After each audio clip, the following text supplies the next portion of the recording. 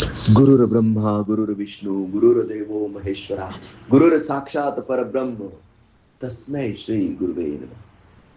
चैतन्य जीवनशास्त्र हा जीवन 200% जगण्याचा सायंटिफिक मार्ग आहे.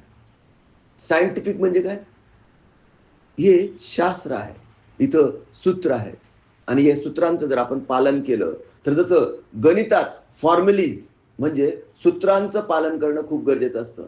सूत्र जर व्यवस्थित वापरलं नाही तर स्टेप चुकणार, स्टेप चुकली की उत्तर चुकणार. अगदी तसंच चैतन्य जीवनशास्त्र म्हणजेच साधना, सेवा, सत्संग म्हणजेच ब्रह्मज्ञानाने युक्त केलेली ही ब्रह्मक्रिया. आणि जेव्हा आपण ब्रह्मज्ञानाने युक्त ब्रह्मक्रिया करतो तेव्हा आपल्यामध्ये ट्रान्सफॉर्मेशन होतं. हा आपल्या सगळ्यांचा प्रत्यक्ष अनुभव आहे आणि प्रत्यक्ष को प्रमाण की जरूरत नाही. हे पुराणातल्या गोष्टी नाहीत. इथं इथं पुराणातल्या गोष्टी नाही आहेत. पण तरीही एक पुराणातली गोष्ट मला खूप आकर्षित करते. आणि आणि जे आत्ताचे जे विज्ञानवादी लोक आहेत ना ते त्या पुराणातल्या गोष्टीवर प्रचंड आणि कडाडून टीका करतात. कोणती ती गोष्ट? समुद्र मंथन. अरे काय ते समुद्र मंथन आणि कुठे तो ते देव आणि दानव आणि मग तो वासुकीचा तो नाग आणि मग तो मेरू पर्वत आणि मग त्याच्यावर काय तुम्ही ते घुसळलं आणि समुद्र दुधाला घुसळल्यानंतर काय तूप निघतं का बाहेर? नाही. त्या दुधाचं पहिले दही करावं लागतं. दही केल्यानंतर त्याच्यातून त्याला घुसळावं लागतं. त्या दह्यातून मग नवनीत बाहेर निघतं. हे आम्हाला माहिती बाबा. पण पाणी घुसळल्याने 14 रत्न निघतील बाहेर हे काही आम्हाला पटत नाही. आणि त्या 14 रत्नांमध्ये काय म्हणे लक्ष्मी निघाली, काय म्हणे चंद्र निघाला आणि आम्ही तर चंद्राच्या यानावर विक्रम लँडर आमचा तिथं अडकून पडलेला आहे. आम्ही चंद्रावर जाऊन आलो. आम्ही दक्षिण ध्रुवावर उतरून आलो आणि तो चंद्र म्हणे समुद्रातून निघाला. असे असे कोण टीका करतं?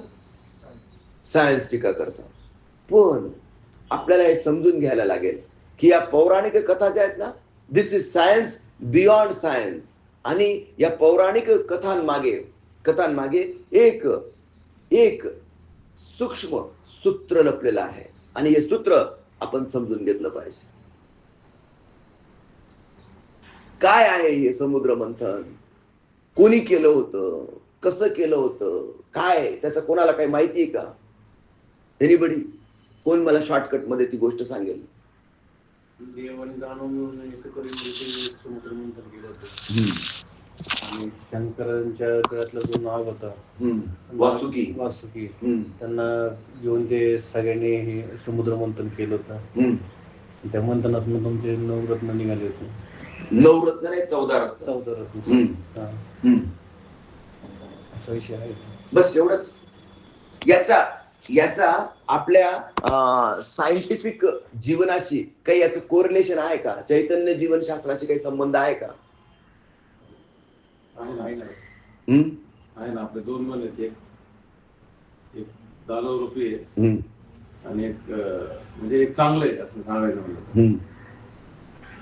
म्हणजे दानव रूपी कसं आहे की ते आपल्याला म्हणजे आपण म्हणतो ना लोभ, माया किंवा हे असतात ना बाकी असुर म्हणजे ती प्रवृत्ती आपल्यात जागृत करतात. कधी कधी आपल्याला वाटलं तर मांस खावं किंवा असं कुणाला हे करायचं म्हणजे ती असुर प्रवृत्ती. पॉझिटिव्ह आणि निगेटिव्ह शक्ती माइंड आहे ते जर घुसवल्याच्या नंतर त्याच्यातून काय निघू शकतं याचं एक एक्झाम्पल आहे. मग त्याच्यात जे 14 रत्न निघालेले आहेत जे पुराणात सांगितलेले आहेत ते 14 रत्न कुणाला माहिती आहेत का? एनिबडी? पहिले काय निघालं? हलाहल विष माहिती आहे सगळ्यांना. ते कोणी पिऊन टाकलं? शंकराने. दुसरं काय निघालं? दुसरं गाय निघाली. गाय, कामधेनू गाय. ओके. तिसरं काय निघालं? तिसरं निघाला घोडा, उच्चश्रेवा घोडा. चौथं काय निघालं? ऐरावत, इंद्राचा ऐरावत. 5वं काय निघालं? कौस्तुभमणी जो विष्णूच्या कंठामध्ये आहे. नंतर काय निघालं? कल्पवृक्ष निघाला. कल्पवृक्ष, कल्पवृक्ष जो सगळ्या इच्छा पूर्ण करतो, काही मागा. नंतर काय निघालं? रंभा. रंभा कोण होती? रंभा कोण आहे? इंद्र सभेतली मुख्य अप्सरा. नंतर निघाली लक्ष्मी. लक्ष्मी कोण आहे?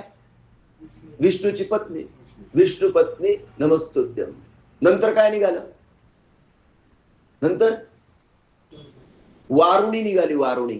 वारुणी म्हणजे काय? दारू, मदिरा. मदिरा.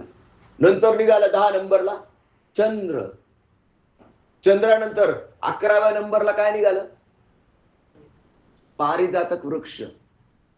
पारिजातक वृक्षानंतर शंख निघाला. शारंगधर शंख. नंतर धनुष्य निघालं, जे विष्णूच्या हातातलं आहे. शारंग पाणी. धनुष्य निघालं. आणि सगळ्यात शेवटी धन्वंतरी आपल्या हातात अमृत कुंभ घेऊन 14वर रत्न बाहेर निघाला. तुम्ही मला सांगा, 10व्या नंबरवर चंद्र निघाला. 9व्या नंबरवर काय निघालं? ते 11व्या नंबरला निघालेलं आहे. 9व्या नंबरवर काय निघालं? वारुणी, दारू. तीच पहिल्यांदा निघाली असती तर मस्तपैकी सर्व सगळे पिऊन तर्र झाले असते. हा जो क्रम आहे, क्रम हा खूप महत्वाचा आहे. समुद्र मंथन देवांनी केलेलं आहे, हे प्रतिकात्मक आहे. म्हणजे ते रियालिटीमध्ये घडलंच नाही का? त्या असं मला म्हणायचं नाही. रियालिटीमध्ये घडलं असेल का नसेल त्याला माहिती. पण हे समुद्र मंथन म्हणजे नेमकं काय नीट समजून घ्या. जो मेरू पर्वत आहे ना, मेरू पर्वत, तो आपला मेरुदंड आहे. मेरुदंड. मेरुदंड म्हणजे काय? स्पाइन. समजतंय तुम्हाला? हा मेरू पर्वत ज्याच्यावर ठेवलेला होता तो कूर्म म्हणजे कासव. कासवाच्या पाठीवर हा मेरू पर्वत ठेवला होता, आधार. आणि हे जे कासव आहे, हा कूर्मा अवतार, हा विष्णूचाच अवतार होता. ही माहिती ना तुम्हाला? या विष्णूच्या पाठीवर मग ही जी धारणा आहे आपली धारणा काय आहे? मैं देह नाही नश्वर नासी, मैं अलख निरंजन अविनाशी. हे शरीर म्हणजे मी नाही, हे मन म्हणजे सुद्धा मी नाही. मी आहे शुद्ध नित्य बुद्ध आत्मतत्व. ही आहे आपली धारणा. आणि धारणा म्हणजेच विष्णूची पाठ. या पाठीवर हा मेरू पर्वत आणि श्वासांची दोरी म्हणजे वासुकी नाग. श्वासाच्या दोरीने आपण श्वास, जो प्राण अपान यज्ञ करे, कुंडलीले सुखमा सूक्ष्म चले, और मैंपन के मैं को डंख डसे, और जोगी का कल्याण करे. म्हणजेच या श्वासाच्या दोरीने आपण या मेरू पर्वताचं, या क्षीर समुद्राचं मंथन करतो. धारणा काय आहे? मैं देह नहीं नश्वर नासी, मैं अलख निरंजन. मग हे जे मनरूपी क्षीर सागराचं जे मंथन चालू आहे, या मनातून आपल्याला हे रत्न प्रकट होणार आहेत. लक्षात घ्या, या मनातून आपल्याला हे रत्न प्रकट होणार आहेत. आणि मग सापाच्या तोंडाकडे आहेत, सापाच्या म्हणजे मनरूपी श्वासाच्या तोंडाकडे, अपान वायूकडे आहेत राक्षस. अपान वायू म्हणजे जो खाली जातो, विषय आला की नाही लक्षात? जो सोडला जातो. आणि जो घेतला जातो त्याच्यात आहेत देव. मग कोण आहेत हे देव आणि कोण आहेत हे दानव? काम, क्रोध, मद, मोह, मत्सर, ईर्ष्या, द्वेष, आळस आणि प्रमाद हे आहेत दानव. आणि देव कोणते आहेत? दया, प्रेम, भक्ती, श्रद्धा आणि आनंद. जेव्हा श्वासाच्या दोरीने या मेरुदंडात धारणा ठेवून मनाचं मंथन केलं जातं, तेव्हा हलाहल विश्व बाहेर येतं. मग जेव्हा आपण ब्रह्मज्ञानाने युक्त ब्रह्मक्रिया करायला लागतो, तेव्हा हलाहल रूपी विष बाहेर येतं. म्हणजे काय माहिती का? यावंसच वाटत नाही. सगळ्यात पहिले यावंसं वाटत नाही. आळस येतो सकाळी सकाळी, कशाला बाबा, नको बाबा, मग तिथं सर आपल्यावर टीका करतात, आपल्याला काही पण बोलतात, मग आपल्याला त्याचं वाईट वाटतं, आपला अहंकार उफाळून येतो आणि मग करावंसच वाटत नाही. संकल्प विकल्प, नंतर मी तिथं जाईल तर लोक काय मला म्हणतील आणि काय मला ते मेडिटेशन तर काही पटत नाही, ही जी नकारात्मकता आहे. किंवा इथं आल्यानंतर काही काही लोकांना खूप जांभया येतात, काही काही लोकांना बसावंच वाटत नाही, काही काही लोकांना उठून पळून जावंसं वाटतं. म्हणून तर 4-4 वर्ष लागतात कंटिन्युअस 90 दिवस करायला. Yes or no? विषय समजतोय तुम्हाला? तरीही तरीही जो या साधनेच्या मार्गावर या कालकुट्ट आणि या हलाहलाला पचवतो, त्याला पुढचं रत्न प्राप्त होतं. आणि पुढचं रत्न कोणतं आहे? पुढचं रत्न कोणतं आहे? कामधेनू गाय. कामधेनू गाय म्हणजे काय माहिती का? प्रतिभा. प्रतिभा म्हणजे कोणती प्रतिभा प्राप्त होते? अरे तुमचं कम्युनिकेशन स्किल सुधरून जातं, तुम्हाला चांगलं बोलता येतं आणि चांगलं बोलता आलं, ही जर प्रतिभा तुमची वाढली तर तुम्ही नोकरी करा, नोकरीत यश बोलेल त्याचेच विकलं जाईल. Yes or no? बरोबर की नाही? ही प्रतिभा, चांगले चांगले सद्विचार मनात यायला लागतात, कुविचार निघून जातात. साधनेच्या मार्गावर चालण्यासाठी सतत मन उतावीळ होतं. काही जरी झालं तरी माझी साधना चुकू नये असं वाटायला लागतं. म्हणजे कामधेनू प्राप्त झाली. विषय समजतोय तुम्हाला? त्याच्यानंतर हे प्राप्त झाल्यानंतर जर तुम्ही इथं स्टेबल राहिलात, तुम्ही त्या विकारांवर विजय मिळवला, आळसावर विजय मिळवला, साधनेवर दृढ चाललात, तर तुम्हाला उच्च श्रवा घोडा प्राप्त होतो. घोडा. घोडा म्हणजे काय? स्पीड. घोडा म्हणजे काय? स्पीड.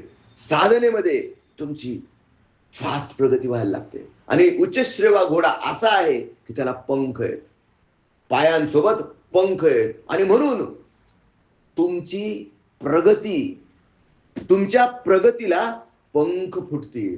आणि जर तुमच्या प्रगतीला पंख फुटले तर तुम्हाला काय प्राप्त होईल?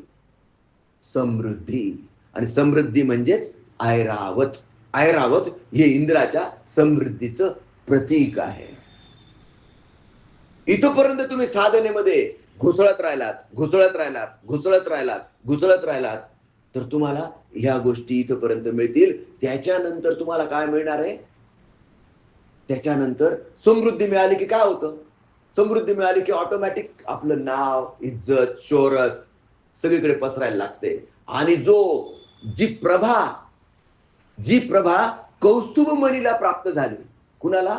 कौस्तुभ मणीला. जो विष्णूच्या मुकुटमणी आहे किंवा कंठात ज्याने कौस्तुभमणी धारण केलेला आहे, असा हा कौस्तुभाचा प्रकाश म्हणजेच आपल्या व्यक्तित्वाचा, आपल्या सुंदर समृद्धी आणि व्यक्तित्वाचा प्रकाश सर्व दूर पसरायला लागतो.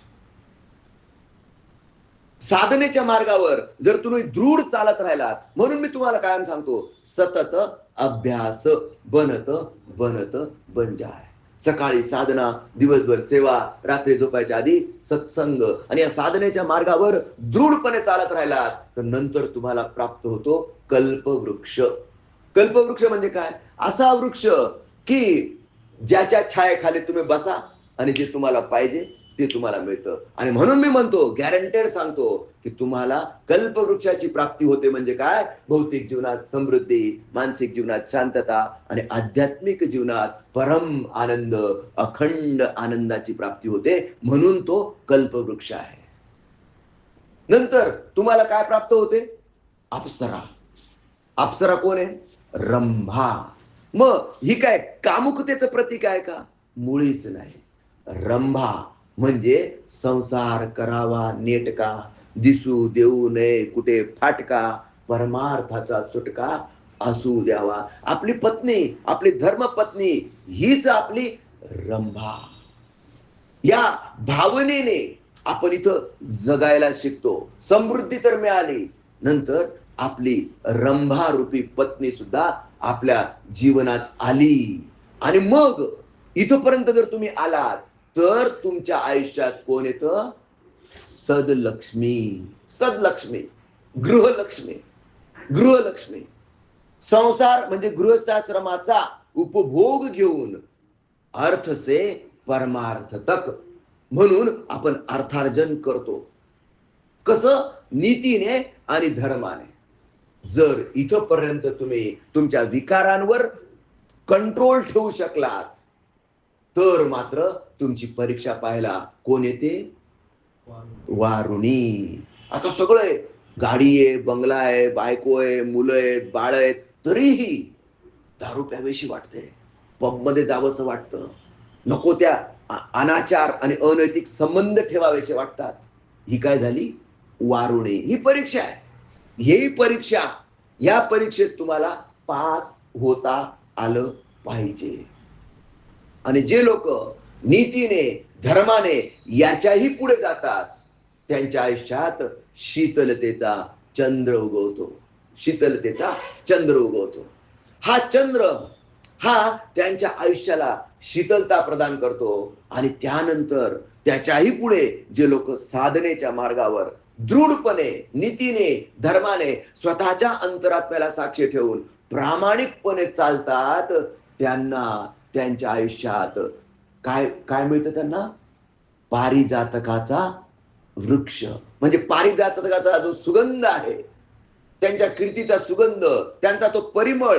आता आधी पण त्यांची कीर्ती पसरत होती, आधी समृद्धीमुळे पसरत होती, पण आता जी पसरते ना ती ज्ञान आणि विज्ञानामुळे.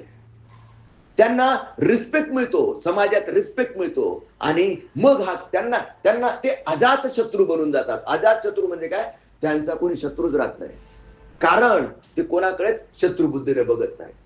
सर्वानुभूती राम हा भाव त्यांच्या ठाई असल्यामुळे कोणीही शत्रू नाही, कोणीही मित्र नाही. आणि अशा भावात जी व्यक्ती राहते, मला सांगा त्या व्यक्तीकडे समाजाचा पाहण्याचा दृष्टिकोन कसा राहतो?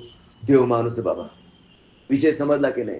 त्याच्या हा पारिजातकाच्या कीर्तीचा सुगंध सगळीकडे पसरतो. पण त्याच सोबत त्याला त्याचं पुढचं रत्न प्राप्त होतं, आणि ते म्हणजे तो शंख. हा शंख सगळीकडे गाजावाजा करून टाकतो, सगळ्या जगाला सांगून टाकतो, छाती ठोकून सांगतो, आवाज करून सांगतो, ओरडून सांगतो की हा पूर्ण झाला, हा आत्मबोधी झाला. जेव्हा तो आत्मबोधी होतो तेव्हा आपोआपच त्याच्याजवळ सिद्धीचं धनुष्य शारंग, ते धनुष्य त्याला प्राप्त होतं. आणि त्यानंतर सगळ्यात शेवटचं म्हणजे 14वर रत्न त्याला याच साधनेतून, याच साधना सेवा सत्संगाच्या समुद्र मंथनातून प्राप्त होतं, आणि ते म्हणजे धन्वंतरी. धन्वंतरी येतो, ते विष्णूचंच रूप आहे. आणि धन्वंतरी येतो कसा? हातात अमृताचा कुंभ घेऊन. अमृताचा कुंभ म्हणजे तो त्याचं आयुष्य अमर तर करूनच घेतो, तो त्याचं आयुष्य अमर तर करूनच घेतो, पण त्याच्या माध्यमातून अनेकांचं जीवन अमरत्वापर्यंत घेऊन जातो. ही ताकद ऑटोमॅटिक त्याला वेगळं काही करायची गरज नाही. त्याने नुसत्या बकरीच्या लेंड्या जरी तुम्हाला दिल्यात ना तरी समोरचं पेशंट बरं होऊन जात, कारण हा धन्वंतरीचा आशीर्वाद आहे. मी काय म्हटलो? बकरीच्या लेंड्या दिल्यात तरीही समोर पेशंट बरा होऊन जातो. याचं जितं जागतं उदाहरण म्हणजे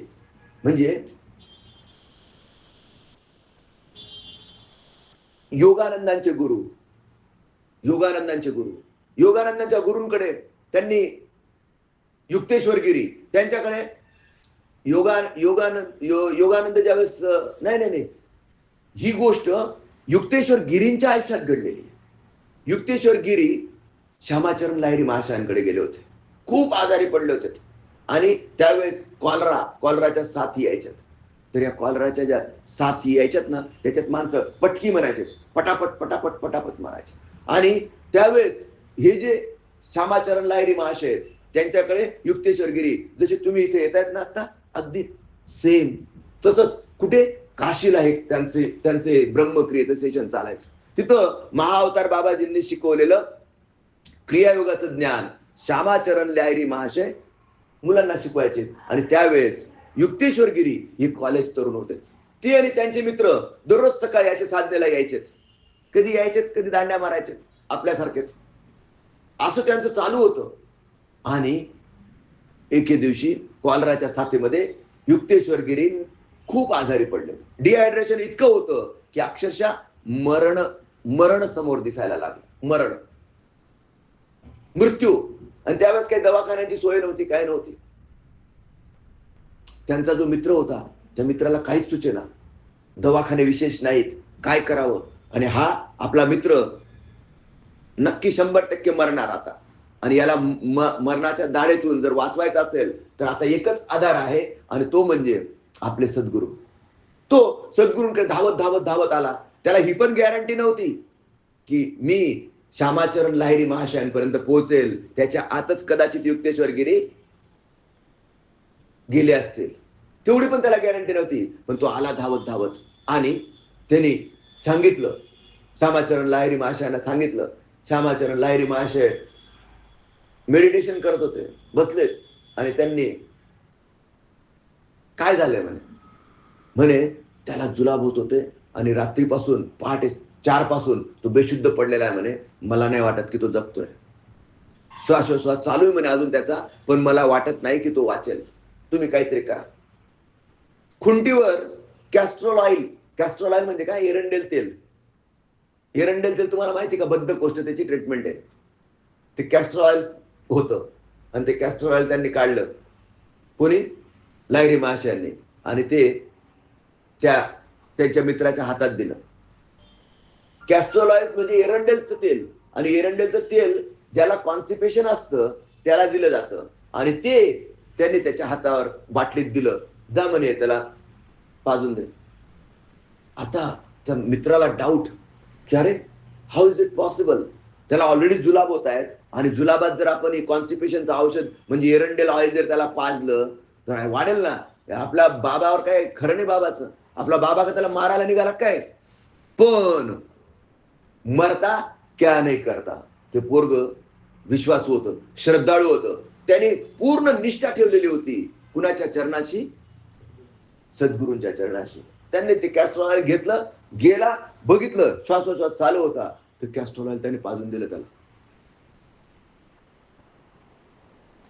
पुढच्या 2-3 तासात हळूहळू हळूहळू त्यांना बरं वाटायला लागलं. कोणाला? युक्तेश्वर गिरींना बरं वाटायला लागलं. संध्याकाळपर्यंत चालायला लागलेत, आणि दुसऱ्या दिवशी श्यामाचरण लाहिरी महाशयांच्या दर्शनाला आलेत. हा चमत्कार आहे. ही शक्ती आहे भक्तीची. ही शक्ती आहे भक्तीची. आणि कधी सिद्ध होतं?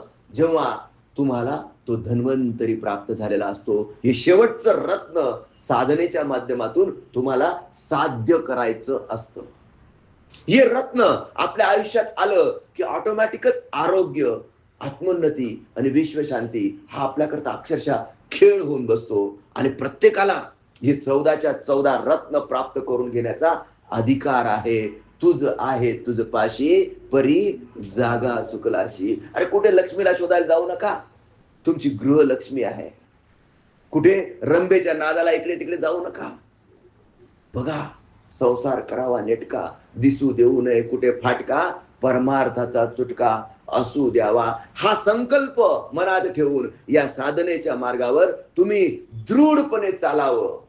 तुम्हाला तुमच्या आयुष्यात जे हवं आहे ते सगळं प्राप्त व्हावं. आणि सगळ्यात शेवटी 14वं रत्न म्हणजे धन्वंतरी हातात अमरत्वाचा कुंभ घेऊन तुमच्या आयुष्यात यावा. या शुभेच्छेसह आजच्या सत्संगाला आपण विराम देऊया. श्री गुरुदेव दत्त.